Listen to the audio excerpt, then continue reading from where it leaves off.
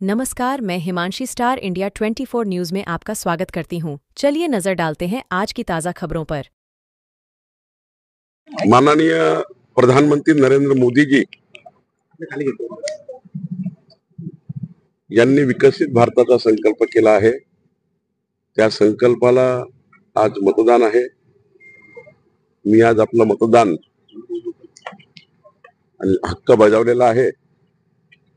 मला विश्वास आहे की पहिल्या टप्प्यातल्या सारे या पाचही आमच्याकडल्या विदर्भातल्या सीट्स आहे 51% वर मतं घेऊन महायुतीचे उमेदवार निवडून येतील असं मला पूर्ण विश्वास आहे। काय आवाहन करणार मतदारांना, कारण की मतदाराचा टक्का जो आहे तो वाढणं गरजेचं आहे।